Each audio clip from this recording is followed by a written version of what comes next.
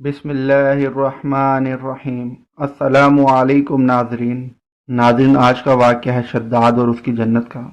شداد کو جنت کے بارے میں سن کر بڑا تعجب ہوا اور وہ علماء سے جنت اور اس کی نعمتوں کے بارے میں سوال کرنے لگا کہ جنت میں کون کون سی نعمتیں اور کیسی کیسی نعمتیں ہوں گی۔ علماء نے اس کو جواب میں جنت کی وہ بے شمار انعامات اور نعمتیں گنوائی جو انہوں نے گزشتہ انبیاء علیہ الصلوۃ والسلام سے سنے تھے، اور کہا کہ اس میں بے حد خوبصورت حوریں ہوں گی، دودھ، شہد اور شراب کی نہریں ہوں گی، ہر قسم کے پھل ہوں گے اور ہر قسم کا عمدہ کھانا ہوگا، اور جنت کے مکان درخت اور پتے سونے جواہرات کے بنے ہوئے ہوں گے، اور اس کے درمیان میں ایک حسین بازار ہوگا جس کا تصور کرنا اور مثال قائم کرنا بھی دنیا میں محال ہے۔ غرض جو کچھ ان کے پاس جنت کے بارے میں معلومات تھیں، اس کی تعمیر کے بارے میں سب کچھ شداد کو تفصیل سے بتا دیا۔ اس تمام تفصیل کو سن کر شداد نے کہا، واہ، میں تو سمجھا تھا نہ جانے وہ کس طرح کی جنت ہوگی اور اس میں نامعلوم کیا کچھ عجائبات ہوں گے۔ اگر تمہارے خدا کی یہی جنت ہے تو ایسی جنت کی مجھ کو کوئی ضرورت نہیں، نعوذ باللہ، کیونکہ ایسی جنت تو میں دنیا میں اپنی سلطنت کے اندر بھی بنوا سکتا ہوں۔ علماء اس کی بکواس سن کر خاموش ہو گئے اور جان گئے کہ یہ بالکل گمراہ ہو چکا ہے اور ہماری بات کبھی نہیں مانے گا۔ پھر اس سے مزید بحث ترک کر کے اپنے گھروں کی طرف چل دیے اور اس بات پر خوف کرنے لگے کہ عنقریب اس پر خدا تعالیٰ کا عذاب نازل ہوگا۔ علماء کے جانے کے بعد شداد نے خدا تعالیٰ سے مقابلے کے لیے دنیا میں جنت بنانے کا پلان ترتیب دینا شروع کر دیا۔ چنانچہ شداد نے اپنے طے شدہ پلان کے مطابق اپنے خاص اور معتبر سرداروں میں سے 100 کو چنا اور ان سے اپنی اسکیم کے بارے میں مشورہ کیا۔ پھر ان میں سے ہر ایک کے ساتھ 1000 ایسے آدمی کو مقرر کر دیا جو فن تعمیر کے تمام رموز کے ماہر سمجھے جاتے تھے اور جن کو اطراف عالم سے خصوصی طور پر جمع کیا گیا تھا۔ پھر ان ماہرین میں سے ہر ایک کے ماتحت بھی کچھ مزدور تھے، گویا کہ جنت کی تیاری کے لیے ایک ایسا محکمہ قائم کیا گیا جس کے تحت لاکھوں افراد تھے اور کئی شعبے تھے۔ کسی شعبے کے تحت تعمیرات کا کام تھا، کسی کے تحت نقشوں کی تیاری کا کام تھا، کسی کے تحت سپلائی، کسی کے تحت باغبانی، کسی کے تحت شجر کاری، کسی کے تحت اشیاء خرد و نوش، کھانے پینے کے سامان، کسی کے تحت آرائش و زیبائش، اور کسی کے تحت حساب و کتاب کا کام لگایا گیا تھا۔ اس کے بعد شداد نے دنیا کے ہر کونے میں موجود تمام بادشاہوں کی طرف شاہی فرمان بھیج دیا کہ جس قدر خزانہ اور سونے چاندی کی کانیں بھی دستیاب ہو سکیں، ان سب کو میرے ملک کی طرف حکم نامہ پہنچتے ہی روانہ کر دیا جائے۔ چنانچہ ایسا ہی ہوا اور لاکھوں کی تعداد میں اونٹ اور خچر سونے جواہرات سے لدے پھدے اس ملک میں پہنچنا شروع ہو گئے۔ پھر اس نے محکمہ تعمیرات کو حکم دیا کہ عدن کے مضافات میں موجود پہاڑوں کے نزدیک جو ایک بہت بڑا جنگل ہے، اس سے 40 کوس مربع میٹر رقبہ لیا جائے۔ یاد رہے کہ ایک کوس آج کل کے حساب سے 3000 گز یعنی 2 میل ہوتا ہے، لہذا 40 کوس مربع میٹر تقریباً 360 میل ہوئے، اور اس پر اس جنت کی داغ بیل ڈالی جائے اور اس کا نام ارم رکھا جائے۔ چنانچہ ایسا ہی کیا گیا اور اس کی بنیاد اس قدر گہری کھودی گئی کہ پانی کے قریب پہنچ گئی۔ پھر اس تمام حصے کو سنگ سلیمانی سے، جو کہ ایک خاص قسم کا کالے رنگ کا قیمتی پتھر ہوتا ہے، سے بھر دیا گیا، اور پھر جب بنیادیں بھر کر زمین کے برابر ہو گئیں تو بادشاہ کے حکم کے مطابق زمین پر سونے اور چاندی کی اینٹوں سے فرش بچھا دیا گیا، اس طور پر کہ ایک اینٹ سونے کی اور ایک اینٹ چاندی کی رکھی گئی۔ اسی طرح جنت کی 4 دیواری پر بھی سونے چاندی کی اینٹوں سے پلستر کیا گیا، اور ان دیواروں کی لمبائی اس زمانے کے گز سے 500 گز رکھی گئی۔ دیواریں اس قدر حسین اور چمکدار تھیں کہ جب سورج نکلتا تو اس کی شعاؤں سے دیواریں اس قدر روشن اور چمکدار ہو جاتی کہ آنکھوں کو چکا چوند کر دیتی اور اس پر نظر نہ ٹھہرتی۔ پھر اس جنت میں 1000 محل تعمیر کرائے گئے، اور ہر محل اتنا بڑا تھا کہ اس میں 1000 ستون تھے، اور ہر ستون میں جواہرات اور یاقوت جڑے ہوئے تھے، اور تمام محل کی دیواروں پر مشک، زعفران، عنبر، گلاب کی خوشبو کا عرق چھڑکا گیا، اور ان پر اعلیٰ قسم کی قیمتی لکڑی سے نہایت عمدہ ڈیزائن بنایا گیا تھا۔